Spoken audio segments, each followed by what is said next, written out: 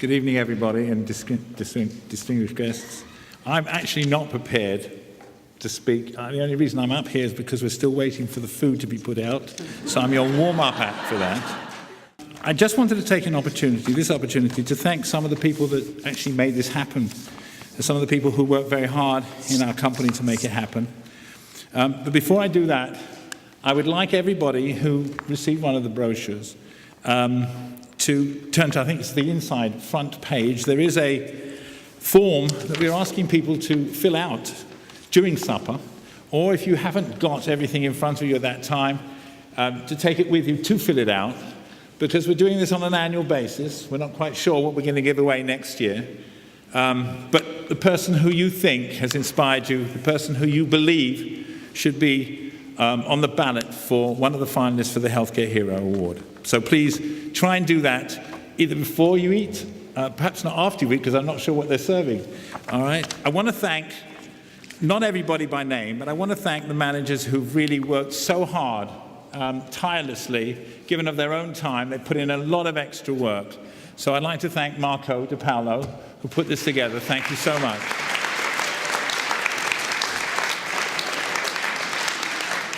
I wanted to thank Georgina for running a flawless presentation. Thank you so, so much. I want to thank Manish Patel, who's somewhere up there with the spotlight, and his team, his entire team, who run everything else in terms of making sure that people got their badges, and making sure that the photographs were taken, and all the things that had to go into putting together the goodie bags, etc., etc. So thank you very, very much indeed.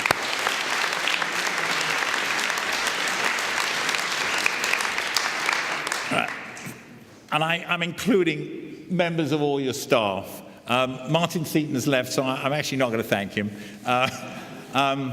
I would like to thank the Managing Director, Nargis Square, for putting up with all the insanity that goes into putting one of these things together, and all the headaches that she had to put up with, and all the arguments as to how we're going to do this.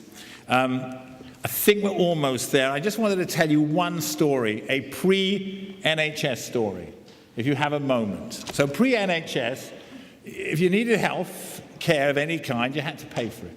That's how I imagine how it worked. And the story goes like this. I remember reading this not so long ago. A labourer, a little bit impoverished, so this is pre-1948, almost got no money, and his wife is very, very sick. And they go to a doctor, and the doctor said, well, she has to have an operation, and the operation's going to cost whatever it was. And he said, look, under the circumstances, I don't think I can perform this operation, because how are you going to pay for it? And it was a real nightmare.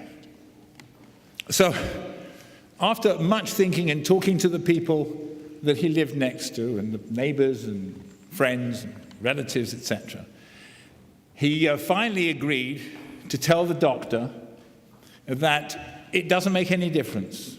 Whether he cures his wife or kills his wife, he is going to pay the fee no matter what. So with that kind of undertaking, the doctor decided he'd do the operation. Unfortunately, the operation was not successful, and the labourer's wife passed away. And when he approached and gave the bill to the labourer said, I'm not paying.